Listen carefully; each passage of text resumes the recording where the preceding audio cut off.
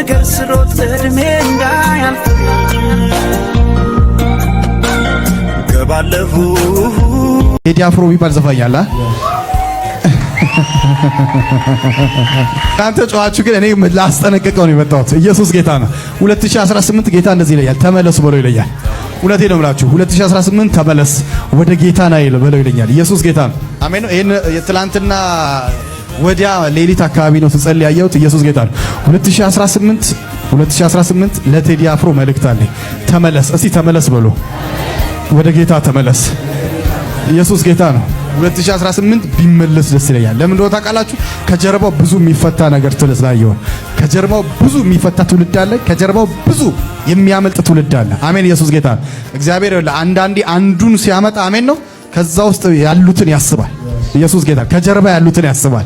2018 ልናገር በጌታ በኢየሱስ ስም ይህ ሰው እንዲመለስ ጸለይኩ። በኢየሱስ ስም ከዘፋኝነት ወደ እግዚአብሔር ቤት አገልግሎት እንዲመለስ ተናገር። ለእግዚአብሔር ቤት እንዲውል ተናገርኩ። በሽታ አዋጅ ሁሉ ይነሳ ከሱ ላይ። 2018 ግን ልናገር የንስሐ ዓመት እንዲሆን በኢየሱስ ስም ተናገርኩ። የንስሐ ዓመት ለሱ እንዲሆን መልካም እንዲሆንለት በኢየሱስ ስም ተናገርኩ። ኢቭን ለሌሎችም ዘፋኞች አሜን ነው። እግዚአብሔር 2018 አሜን ነው። በቃ ብዙዎች እንዲመለሱ አሜን ነው። በርስ ይከፈታ ያላችሁ ድንገታዊ ጉብኝት በቃ ያው እግዚአብሔር ምስክሬ 2018 ለኢትዮጵያ አሜን ነው ታላቅ ዓመት ይሆናል። በቃ የእግዚአብሔር እሺ ጋይስ ሁላችሁም ብርቱካንና ሙዝ ያዙ። አዎ ጁስ ነገር ያዛርጉና አማኑኤል ደርሰን እንመጣለን። በጽኑ የታመሙ ሁለት ሰዎችን ጠይቀን እንመጣለን።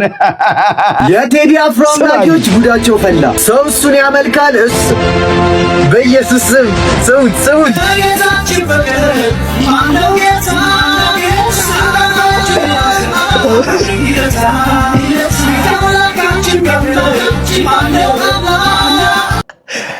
ዳይ እንግዲህ ይላል ሰለሞን ቦጋለ ላይ የነበረው የጴንጤ መንፈስ አሁን ደግሞ ወደ ቴዲ አፍሮ ያዘነበለ ይመስላል። ቴዲ አፍሮ ጴንጤ አዳራሽ ውስጥ መጥቶ ወፍ ቴዲ አፍሮ የአዲስ አበባ ልጅ ነው፣ ያውም የኳስ ሜዳ ያሳደገው መልአክ ደግሞ ቅዱስ ሚካኤል ይባላል። ቴዲ አፍሮን እንደ ጥበብ ወርቅዬ ማየት አይከብድም። ሰለሞን ቦጋለ ላይ የነበራችሁ የፌመስ ጥማት፣ የዝነኛ ጥማት አሁን ወደ ማን ሄደ? ወደ ቴዲ አፍሮ። አንተ ሕፃን ነህ ችግር የለውም። ይሄ ሰውዬው ትልቅ ሰው ነው፣ ጎልማሳ ነው። ቢያንስ አታጣራ። አድናቂዎቹና ተከታዮቹ ንጉሳችን የሚሉት አርቲስት ቴዎድሮስ ካሳሁን ጌታ ኢየሱስን እንደግል አዳኙ አርጎ እንደተቀበለ በሰማን በዚህ ወቅት ደግሞ አዲስ መዝሙር ለቀቀ የሚል ዜና ሰምተን መዝሙሩ እጃችን ትልቅ ሰው አይደለ እንዴ?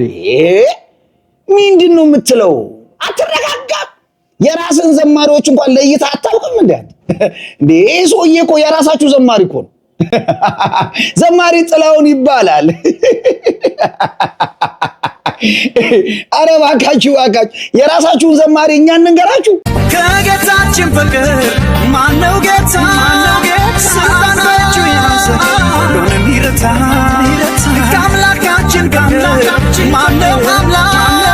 በፍጥረት አንደበት የሚመለክ ተምታቶባችኋል እኮ መዝሙሩና ሙዚቃው ተምታቶባችኋል። ግራ ገብቷችኋል። እኔ አልፈርድባችሁም።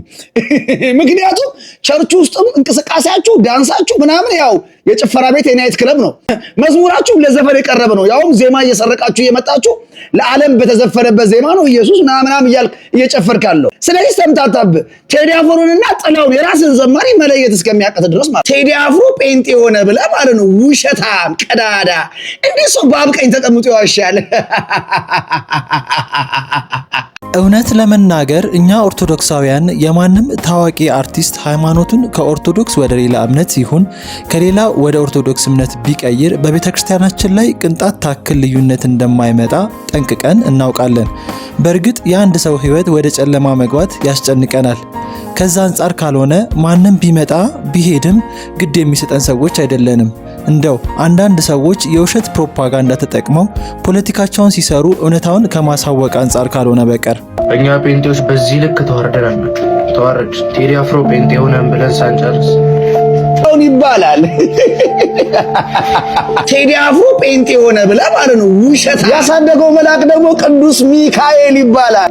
ተዋረድ። ከዚህ በላይ ውርደት አለ? ወይኔ ተጎዳን እኛ ጴንጤዎች። ቴዲ አፍሮ ጴንጤ አልሆነም። አቀላለሁ እንዴ ኔጆ ጴንጤ መሆን ቴዲ አፍሮ አግኝቶ ነው ወይ? እኛ ጴንጤዎች ሰማይ ትኩረት የሰጠን በጉ የሞተልን ህዝቦች ቴዲ አፍሮ መጣ ቀረ የሆነ ነገር የሚጨምርልን የሚቀንስልን ነው እንደሚመስላችሁ? ይኸውላችሁ ቴዲ አፍሮ መምጣት አግኝቶ ነው ወይ? ጴንጤ መሆን አግኝቶ ነው ብሎለት ነው? ቀልደኞች ከየት የመጡ ናቸው? በእግዚአብሔር ቴዲ አፍሮ ቀረው ጴንጤ አልሆነም። አንድ ቀን ሲዘፍን ትኩረት ሰጥታችሁ ወደ እግዚአብሔር ቤት ተመለስ ብላችሁ ጠርታችሁ የማታውቁ ሰዎች ልክ ጴንጤ ሶን አንገበገባችሁ። እነግርሃለሁ አግኝቶ ነው ወይ ጴንጤ መሆን ቴዲ አፍሮ? አንተም ቪዲዮ የምትሰሩበት እዛ ቤት ያላችሁ ተመለሱ።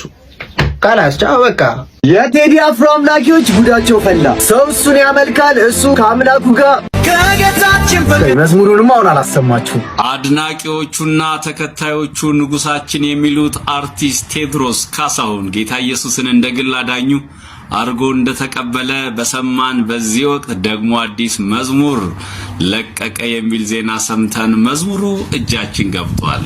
ቢያንስ ለድንቁርናችሁና ለምትናገሩት አማርኛ እየተጠነቀቃችሁ ባካችሁ ታች ቤቶች ኦርቶዶክሳውያን ታላችሁ እግዚአብሔር ይመስገን በጣም ደህና ነኝ። ይሄ ቪዲዮ ሊጠፋ ስለሚችል ከናንተ እጅግ አብዝታችሁ ኮፒ ሊንክ እንድታረጉ በእግዚአብሔር ስም ጠይቃችኋለሁ። አካውንቱን ደግሞ ፎሎ፣ ቪዲዮውን ሼር፣ ኮፒ ሊንክ፣ ሪፖስት፣ ላይክ፣ ፌቨራይት እያደረጋችሁ ወደ ሐሳባችን እንገባለን ማለት ነው። ለእንደዚህ አይነት ክፍካፎች የሚገባቸውን ዋጋ መስጠት ያስፈልጋል። እኛ ቴዲ አፍሮን ያመለከ ማንም ኦርቶዶክሳዊ እንደሌለ እናውቃለን። የምናመልከው ጌታችን ኢየሱስ ክርስቶስን ነው። ከዚህ በፊት ቅዱሳን አመልካችሁ ድንግል ማርያም አመልካችሁ ስሉ ዝም አልናችሁ። አሁን ደግሞ ጭራሽ የቴዲ አፍሮ አምላክ ያደረጋችሁን ወይ ድፍረታችሁ! ሲጀመር መዝሙሩ ደግሞ የቴዲ አፍሮ መዝሙር አይደለም፣ ዘፈን ነው። በርግጥ መዝሙር አይደለም የሚባለው ታች ቤት ዘፈን ነው። ስለዚህ የቴዲ አፍሮ ዘፈን አይደለም። የዘፈነውን ሰውዬ ማን እንደሆነ ማንነቱን አሳያችኋለሁ። ነገር ግን ታች ቤቶች የታዋቂ ሰው ጥማት በጣም ነው እንደ ያለባችሁ፣ እጥረት አለባችሁ ማለት ነው። ከዚህ በፊት ሶሎሞን ቦጋለ ጴንጤ በግድ አደረጋችሁት። ከዛ አይደለሁም ማለት በማርያም እየማለ ተናገረ። አሁን ደግሞ ወደ ቴዲ አፍሮ ዞራችሁ። ቀጣይ ደግሞ ማን እንደሆነ እግዚአብሔር ይወቀው። እናንተ ግን በህሊናችሁ ትንሽ አይሰቀጣችሁም እንዴ? የምትናገሩት እንኳን አታውቁም እንዴ? ስነ ስርዓት ያዙ እንጂ። ለማንኛውም ጥላሁን ጎአ ይባላል ዘፋኛቸው፣ የነሱ ዘፋኝ ነው። አሳያችኋለሁ እንዴት እሱን ደግሞ እንደዘፈነ በሌላ ዘፈን ማለት ነው። ዋናውን ስላጣሁት ነው የኛው ነው። ለችግረኛው ምስኪን መታሰብ ለክፉ ቀን አፍቃሪ ከለ። ለማንኛውም በድምጽ መመሳሰል ነው ባይዘው። ይሄን ነገር ከዛሬ 8 ዓመት በፊት አይ ቲንክ ቴዲ የጴንጤ ዘፈን አወጣ ብለው ሰርተውበታል። ነገር ግን አሁንም ሲጋለጥባቸው ጸጥ ብለው ከርመው ነበር። ነገሩ ሲረሳ ደግሞ አሁን ከ8 ከ9 ዓመት በኋላ ደግሞ እንደገና ቴዎድሮስ ካሳሁን ጴንጤ ሆነ፣ የጴንጤ ዘፈን ዘፈነ ነው። ደግሞ አሁን ላይ ያው እየተጫጫሁ ነው ያሉት። ነገር ግን ውሸት ነው፣ ትርክት ነው፣ ተረት ነው። ቴዲ አፍሮ ሆነ አልሆነ እኔ ምን አገባኝ? ለጴንጤ ዘፈና ዘፈነ እኔ ምን አገባኝ እንዴ? እኛ ቴዲን አናመልክም፣ የምናመልከው ኢየሱስ ክርስቶስን እንጂ ከኛ ህይወት ጋር ምንም የሚያገናኝ የለም። ለምን ፓትርያርኩ ለምን ጴንጤ አይሆኑም? እኔ ምን አገባኝ? ኦርቶዶክስን የሚወክላት ክርስቶስ እንጂ ሰው አይደለም። ለዛ ነው አያል። አንተ ግን አንድ ፓስተር ኦርቶዶክስ ቢሆን ሙሉ ቸርቹ ይበተናል። ምክንያቱም እናንተ የምታመጡት ቸርቹን ፓስተሩን እንጂ ክርስቶስን ስላይደለ ማለት ነው። ዲፔንዳንት እንደትል ጥገኛ ስለሆናችሁ ማለት ነው። ይሄን ደግሞ ታውቃለህ። እኛ ግን የምናመልከው ጌታችን ኢየሱስ ክርስቶስን ነው። ማንም ሰው ጴንጤ ሆነ አልሆነ፣ ታዋቂ ሰው መጣ አልመጣኛ አያገባን። መልአክ ለምን አይመጣም? እኔ ምን አገባኝ? ከኔ ህይወት ጋር ምን ያገናኘዋል? ኦርቶዶክስ እኮ ተመርጦ እንጂ መርጦ የሚሆንበት እኮ አይደለም ሰው። በዚህ ልክ ነው ለእናንተ የምንነግራችሁ። ነገር ግን አሁንም ቢሆን ድንቁርናችሁን በልክ አድርጉት። ለምትናገሩት ነገር ስነ ስርዓት ለከት ይኑራችሁ። ኦርቶዶክሳውያን በድጋሚ አካውንቱን ፎሎ፣ ቪዲዮ ደግሞ ሼር፣ ኮፒ ሊንክ፣ ሪፖስት፣ ላይክ፣ ፌቨራይት አድርጉት። እንዳያስጠፉት ይሄን ቪዲዮ አብዛችሁ ሼር አድርጉት። ሰላም በያላችሁበት። በእርግጥ ቴዲ አፍሮ ዘፋኝ ቢሆንም እሱም ሆነ ባለቤቱ አምለሰት ሙጬ በሃይማኖታቸው እንደማይደራደሩ አስረግጠን መናገር እንችላለን። ምንም እንኳን ዘፈን ወደ መንግስተ ሰማያት እንደማያስገባ ብናምንም አንድ ቀን ግን ወደ ዝማሬ እንዲመለስ ሳናቋርጥ የምንጸልይ ሰዎች ነን። እንደውም በአንድ ወቅት ክቡር መጋቤ ሐዲስ እሸቱ አለማየሁ በአንድ መድረክ ላይ ስለ ቴዲ አፍሮ ዘፈን እንዲህ ብለው ተናግረው ነበር። የቴዲ ዘፈን ትዝ ይላችኋል? ኃጢአት ነው ብላችሁ አልፋችሁት ይሆናል እኮ እናንተ ጅሎቹ። አይድል ኃይሌ ምን ነበረ? ንገሩኝ እስኪ።